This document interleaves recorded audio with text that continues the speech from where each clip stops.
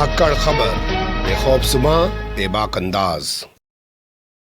धाकड़ खबर के न्यूज़ से मैं आपके साथ हूं अकरम रईस खान। बिहार के अभिषेक शर्मा ने, जी हां, ध्यान से सुनिए, थोड़ा गौर से सुनिए क्योंकि खबर बहुत ही धमाकेदार है। बिहार के अभिषेक शर्मा ने उत्तर प्रदेश में एक ऐसा कांड कर डाला है जिससे भारतीय जनता पार्टी के उन संस्कारी विधायकों को मुंह छिपाने की जगह नहीं मिल रही है, नेताओं को मुंह छिपाने की जगह नहीं मिल रही है, जो रात दिन मांस मच्छी को लेकर बवाल करते रहते हैं। जी हां, मांस मच्छी को लेकर बवाल करते रहते हैं। पवित्र दिन शुरू हो गए हैं, पवित्र दिवस शुरू हो गए हैं, मांस मच्छी की दुकानें बंद कर दी जाए, अगर नहीं बंद कर दी जाएंगी तो पुलिस और प्रशासन के अधिकारियों को सड़क पार चौराहे पर ही सबक सिखा दिया जाएगा। इस तरीके की बात करते हैं।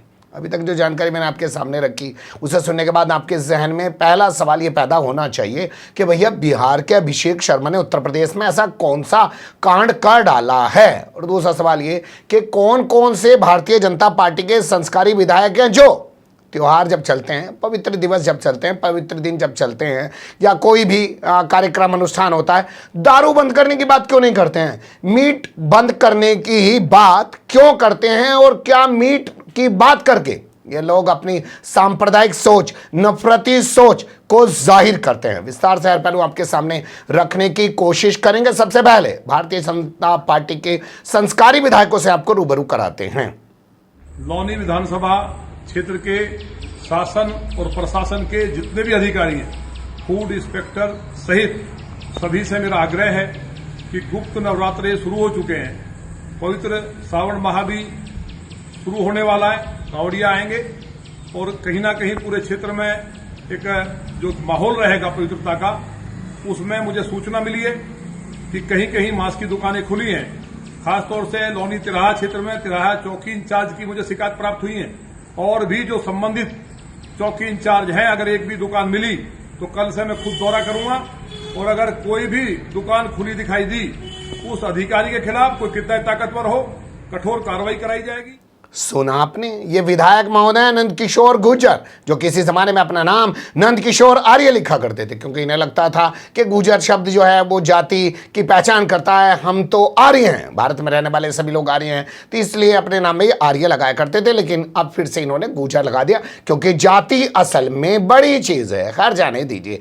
कुल मिला के साहब ने कहा है कि पवित्र दिन शुरू हो गए हैं, गुप्त नवरात्र शुरू हो गए हैं, कांवड़ यात्रा शुरू होने वाली है, मीट मांस मच्छी की एक भी दुकान नहीं लगनी चाहिए, कहीं पर भी नहीं बिकना चाहिए। और अगर ऐसा नहीं हुआ तो ये सड़क पर निकलकर खुद सबक सिखा डालेंगे, फिर चाहे पुलिस वाला, प्रशासन का अधिकारी कर्मचारी कितना ही ताकतवर क्यों ना हो। ताकतवर से मतलब आप समझते हैं, यानी उसके कितने ही अच्छे राजनीतिक रसूख हो, उसके परिवार में कोई विधायक हो, मंत्री हो या किसी नेता के जाके पैर दबाता हो, वो बच नहीं पाएगा। सीधी सीधी धमकी देने की कोशिश की जा रही है। पश्चिम उत्तर प्रदेश का गाजियाबाद जिला है, वहां से लोनी एक विधानसभा सीट है, वहां से ये महोदय विधायक आते हैं और इन्हीं चीजों के लिए जाने पहचाने जाते हैं। कुल मिलाकर पश्चिम में ये इस तरीके का उधम पटाख मचाए रखते हैं, तो उधर पूरब में शलभमणि त्रिपाठी, जी हाँ, जो किसी जमाने में पत्रकार हुआ करते थे, अब देवरिया से बीजेपी के विधायक हैं। और हम तो जानते हैं देवरिया कौन सा जिला है, गोरखपुर से सटा हुआ। और गोरखपुर जानते ही आप क्या है आज के जमाने में,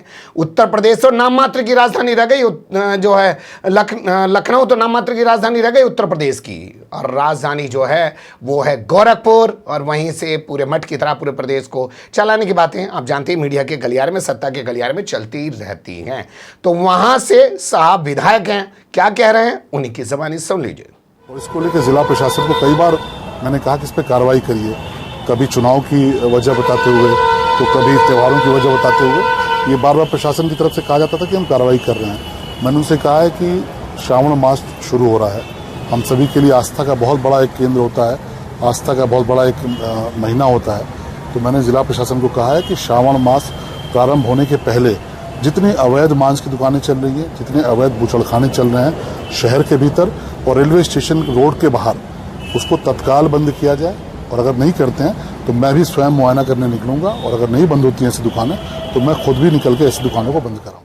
दोनों वीडियो आप इस संदर्भ में देखिएगा कि एक पश्चिम का विधायक, एक पूरब का विधायक, और कह रहा है कि मांस मच्छी नहीं बिकने दी जाएगी। लेकिन अभिषेक शर्मा जो बिहार के गोपालगंज के रहने वाले हैं, उन्होंने कैसा कांड कर डाला देवरिया की धरती पर, आदित्यनाथ योगी के बगल वाले जिले की धरती पर, कि इन संस्कारियों को मुंह छिपाने की जगह नहीं मिल पा रही है। संस्कारी शब्द मैं बार बार इसलिए इस्तेमाल कर रहा हूं कि अगर वाकई में इनके अंदर इतना दम है तो बार बार ये क्यों नहीं कहते हैं कि भैया दारू भी तो बंद होनी चाहिए, दारू पी के भी तो लोग बलात्कार करें, दारू पी के भी तो लोग गाड़ी चलावें, उल्टा सीधा एक्सीडेंट कर दें, मर्डर कर दें। आज तक एक खबर दुनिया के इतिहास में कहीं मिली हो कि किसी ने कोई मांस मच्छी खाने के बाद किसी का बलात्कार कर दिया हो, किसी का मर्डर कर दिया हो, किसी का एक्सीडेंट कर दिया हो, लेकिन उस पर ये कभी नहीं बोलते हैं। और त्योहार के दौरान खूब मदिरा की दुकानें खुल रही हो, इन्हें कोई फर्क नहीं पड़ता, इनका कोई अभियान आपको दारू मदिरा के खिलाफ नहीं मिलेगा। तो ये लोग जहां ये कर रहे हैं, वहीं बिहार के अभिषेक शर्मा हैं। जी हां, बिहार के अभिषेक शर्मा गोपालगंज के रहने वाले हैं और वो अपनी बारात लेकर आए, यानी कि उनकी शादी होने वाली थी। देवरिया जिले का एक इलाका पड़ता है जिसे आप कह सकते हैं बगोच घाट, ये थाना पड़ता है वहां का, और ये गांव का नाम है यहाँ पर आनंद, गांव का नाम बताया गया है, आनंद गांव है। और आनंद गांव में इनकी बारात आने वाली थी, आनंद नगर पूरा गांव का नाम है।